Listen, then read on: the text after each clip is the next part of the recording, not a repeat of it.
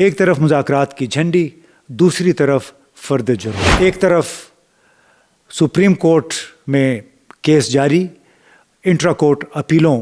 کے سلسلے میں، لیکن دوسری طرف جج سوال پہ سوال اٹھا رہے ہیں کہ آئین کے آرٹیکل 8 کے تحت کیا آرمی ایکٹ متصادم ہے یا نہیں ہے؟ کیا آرمی ایکٹ کے ذریعے سویلین پر مقدمات چلانے کا کھیل ہمیشہ کے لیے بند ہو جائے گا اگر 7 رکنی آئینی بینچ نے اس کے خلاف فیصلہ کر دیا؟ السلام علیکم دوستو۔ ایک طرف مذاکرات کی جھنڈی، کوئی کمیٹیاں بنائی گئی ہیں، یعنی پی ٹی آئی اور حکمران پی ڈی ایم کے درمیان مذاکرات کے لیے، جو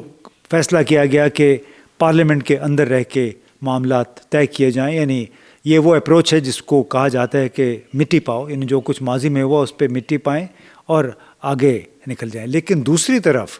12 دسمبر کو یعنی جمعرات کے روز بڑے ہی عجیب کام ہے دباؤ بڑھانے کا، وہ یہ کہ انسداد دہشت گردی عدالت لاہور میں تھانہ شادمان جلاؤ گھیراؤ کیس میں شاہ محمود قریشی، سابق وزیر خارجہ اور ڈاکٹر یاسمین راشد پر فرد جرم عائد کر دی گئی۔ اسی طرح اسلام آباد کی ایک اسپیشل کورٹ سینٹرل 1 اس نے توشہ خانہ 2 کیس میں اس کے جج شاہ رخ ارجمند نے عمران خان اور بشرا بی بی پر فرد جرم عائد کر دیا۔ 18 دسمبر کو اس کیس کی سماعت دوبارہ ہوگی۔ اس سے پہلے آپ کو 2 دن پہلے پتہ چلا تھا کہ جنرل فیض حمید پہ بھی فرد جرم عائد کر دی گئی ہے۔ یعنی پیغام یہ ہے کہ آپ اگر سمجھوتا نہیں کریں گے ہم یوں ہی دباؤ بڑھاتے چلے جائیں گے، کیونکہ بنیادی طور پہ مثالی سزائیں دینی ہیں یا مثالیں قائم کرنی ہیں کہ آپ نے اگر ہمیں چیلنج کیا تو پھر ہم آپ کا یہ حشر کر سکتے ہیں۔ اور اسی کے تحت یہ لوگ پی ٹی آئی کے سابق وزیر اعظم، سابق وزیر خارجہ اور جتنے بھی وزراء تھے ایک سے دوسری سے تیسری عدالت کے چکر کاٹ رہے ہیں۔ تو ایک طرف دباؤ رہے گا، بلیک میلنگ ہوگی، دوسری طرف کوئی وہ کہتے ہیں نا کہ تھوڑا بہت آپ کو کنسیشن دے کے خوش کرنے کی کوشش کی جائے گی۔ اس کے ذریعے لگتا ہے کہ ایک بار پھر پارٹی کو مزید تقسیم کرنے کی کوشش ہوگی۔ اب دوسری طرف ایک زیادہ جو دور رس نتائج کا حامل ایشو ہے وہ ہے سپریم کورٹ میں ایک 7 رکنی آئینی بینچ سویلین کے مقدمات فوجی عدالتوں میں نپٹانے کے مسئلے پر انٹرا کورٹ اپیلیں، اور وہ سلسلہ جاری ہے۔ جمعرات کے روز بھی یہ سماعت ہوئی اور خاص طور پر جسٹس مندوخ خیل، جسٹس محمد علی مسر اور جسٹس مسرت ہلالی نے جو سوالات کی اس سے ظاہر ہوتا ہے کہ بڑی باریکی سے وہ آئین کے بنیادی ایک آرٹیکل ہے 8، اس کا جائزہ لے کے اس کی بنیاد پہ سوالات کر رہے ہیں۔ اب اگر آپ کو تھوڑا سا احوال پیش کریں کہ عدالت میں کیا ہوا، جسٹس جمال مندوخیل نے سماعت کے دوران مسلح افواج کے جو تادیبی نظام یعنی جو پنشمنٹ کا نظام ہے، شہریوں کو ٹرائل کرنے کے بنیادی جواز پر ہی سوال اٹھا دیا، اور وہ ایسے کہ انہوں نے کہا کہ ملٹری کورٹس کا پورا کیس آئین کے آرٹیکل 8 کے گرد گھومتا ہے۔ انہوں نے کہا کہ ایک شخص اگر فوج میں ہے اس پر ملٹری ڈسپلن کا اطلاق ہوگا، ایک شخص محکمہ زراعت میں ہو اس پر محکمہ زراعت کے ڈسپلن کا اطلاق ہوگا۔ اگر کوئی شخص کسی محکمے میں سرے سے ہے ہی نہیں ہے تو اس پر آرمڈ فورسز کے ڈسپلن کا اطلاق کیسے ہو سکتا ہے اگر آپ نے اس کو گرفتار کر لیا ہے، آرمی ایکٹ کے تحت آپ اس پہ مقدمہ چلانا چاہتے ہیں؟ تو مسلح افواج کا نظم و ضبط ایک عام شہری پر کیسے لاگو ہو سکتا ہے؟ جسٹس مندوخیل نے یہ سوال بھی اٹھایا کہ ایوان صدر پر حملہ ہوا تو مقدمہ انسداد دہشت گردی کی عدالت میں چلے گا۔ اب یہ سوال اس لیے اٹھا کہ آج کل تو جو بھی کوئی کارروائی ہوتی ہے پولیس فوراً اینٹی ٹیررسٹ ایکٹ کے دفعات لگا کے ملزم کو یا ملزمان کو پھنسا دیتی ہے۔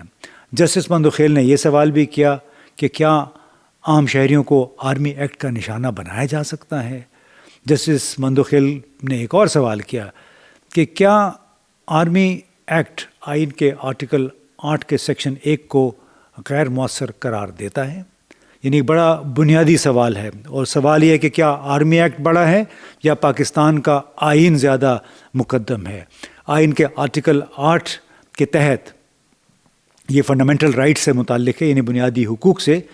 تو اس میں لکھا ہوا ہے کہ بنیادی حقوق سے مطابقت نہ رکھنے والے قوانین کو کالعدم قرار دیا جائے گا۔ ساتھ میں یہ بھی لکھا کہ ریاست اگر کوئی ایسا قانون بنائے گی جس سے بنیادی حقوق جو کہ اس چیپٹر میں دیے گئے ہیں، بنیادی حقوق آرٹیکل 8 سے 28 تک ہیں، تو اس میں کہا گیا کہ ان حقوق سے مطابقت نہ رکھنے والے قوانین کو یا کوئی ایسے قوانین جو ان حقوق سے متصادم ہوں، ان میں کمی کرتے ہوں، ان پہ قدغن لگاتے ہوں، ان کو کالعدم قرار دیا جائے گا۔ اس آرٹیکل کی دفعات البتہ پولیس یا مسلح افواج پر یا ایسی دوسری افواج کے ارکان سے متعلق قانون پر لاگو نہیں ہوں گی جن کا ان کا اپنے ڈسپلن کے ساتھ تعلق ہو، یعنی انسٹیٹیوشنل جو ڈسپلن ہے اس کے ساتھ تعلق ہو، اور جس کا تعلق براہ راست ان کے فرائض منصبی کے ساتھ ہو۔ اب جسٹس بندوخیل نے ایک اور سوال کیا کہ اگر کوئی فوجی اپنے افسر کو قتل کر دے تو مقدمہ کہاں چلے گا؟ تو اس کے وکیل جو حارث صاحب ہیں انہوں نے جواب دیا کہ کیس عام عدالت پہ چلے گا۔ تو جسٹس بندوخیل نے پھر استفسار کیا کہ آرمی ایکٹ کے تابع نہ ہونے والے کو اس کے بنیادی حقوق سے آپ پھر کیسے محروم کر سکتے ہیں؟ کیا آرمی ایکٹ نے آئین کے آرٹیکل 8 کے سیکشن 1 کو پھر 8 کو غیر مؤثر نہیں کر دیا؟ جواب میں پھر وکیل استغاثہ نے کہا کہ قانون سازوں نے قانون کے ذریعے اس کا فیصلہ کیا ہے، اب اس میں ہم کیا کہہ سکتے ہیں، اور یہ کہ مخصوص حالات میں عام شہری بھی آرمی ایکٹ کے دائرۂ اختیار میں آ سکتے ہیں۔ اس پہ پھر محمد علی مظہر نے استفسار کیا، جسٹس محمد علی مظہر نے، کہ کیا 5 رکنی بینچ جس نے پہلے ایک فیصلہ دیا تھا اور اس میں سے 5 میں سے 4 ججوں نے آرمی ایکٹ کی کئی دفعات کو کالعدم قرار دیا تھا، متصادم قرار دیا تھا پاکستان کے آئین سے، تو انہوں نے کہا کہ کیا 5 رکنی بینچ نے آرمی ایکٹ کی دفعات کو آرٹیکل 8 سے متصادم قرار دیا؟ فیصلے میں آرمی ایکٹ کی دفعات کو آرٹیکل 8 سے متصادم ہونے کا کیا جواز دیا گیا؟ وہ اس لیے انہوں نے پوچھا کہ اس میں یہ جواز کوئی نہیں دیا گیا تھا جو 5 رکنی بینچ نے اس سے پہلے ایک فیصلہ کیا تھا، اور انہوں نے خود یاد بھی دلایا وکیل استغاثہ کو کہ ایف بی علی اور شیخ ریاض علی کیس میں یہی قرار دیا گیا، 4 ججوں نے فیصلے میں آرمی ایکٹ دفعات کو کالعدم کیا، جس پر جو خواجہ حارث ہیں وکیل استغاثہ، انہوں نے کہا کہ عدالت کے پاس آرمی ایکٹ دفعات کو کالعدم کرنے کا اختیار نہیں ہے۔ یعنی اگر سپریم کورٹ کے پاس، اور وہ بھی 7 رکنی بینچ کے پاس، وہ قوانین جن کا تعلق آج سے 70-75 سال پہلے سے ہے، جو بنیادی طور پہ انگریز کا بنایا ہوا قانون ہے، اس میں اس کی نظر ثانی، اس کی تشریح کرنے کا اختیار نہیں ہے، تو پھر کس کے پاس ہے؟ اگر پارلیمان ایک ذریعہ بن گئی ہے، سہولت کار بن گئی ہے بنیادی قوانین میں تحریف، بنیادی حقوق میں تحریف کا، تو کیا اعلیٰ ترین عدالت اپنی آنکھیں بند کر لے؟ اگر اعلیٰ ترین عدالت ان قوانین کی تشریح نہیں کر سکتی تو پھر اس کا مقصد کیا ہے؟ بند کر دینا چاہیے پھر ایسی عدالتوں کو، اگر ان کے پاس اختیار نہیں ہے۔ تو یہ بڑا ایک دور رس نتائج کے حامل کا ایک کیس ہے جو کہ اس وقت سپریم کورٹ میں چل رہا ہے۔ ایک بات اس سے واضح ہے کہ سویلین کے خلاف فوجی عدالتوں میں مقدمات کا مقصد جو کہ ہمیں اس وقت نظر آ رہا ہے، سخت سزاؤں کے ذریعے مثالیں قائم کرنا، دوسروں کو ڈرانے اور ان کی طرف سے ممکنہ چیلنج کو نیوٹرلائز کرنا ہے۔ یہ تو اس کا بڑا آبجیکٹو نظر آتا ہے، اس لیے ایک تلوار کی طرح یہ خوف لٹکتا رہے کہ سویلین کے خلاف اس وقت ظاہر ہے عمران خان اور کئی لوگ ہیں، انہیں اس کا سامنا ہے کہ ان کا ٹرائل فوجی عدالت میں ہو سکتا ہے۔ یہ ایک خوف کی تلوار۔ اب سوال یہ ہے کہ کیا یہ 7 رکنی آئینی بینچ سویلینز پر فوجی عدالتوں میں مقدمات چلانے کے کھیل کو ہمیشہ کے لیے ختم کر دے گا؟ کیا ماضی میں فوجی عدالتوں نے عام شہریوں اور کچھ وزرائے اعظم کو یا وزیروں کو جو سزائیں دیں اس کی پیش بندی ہو سکے گی اس کیس کے ذریعے؟ اگر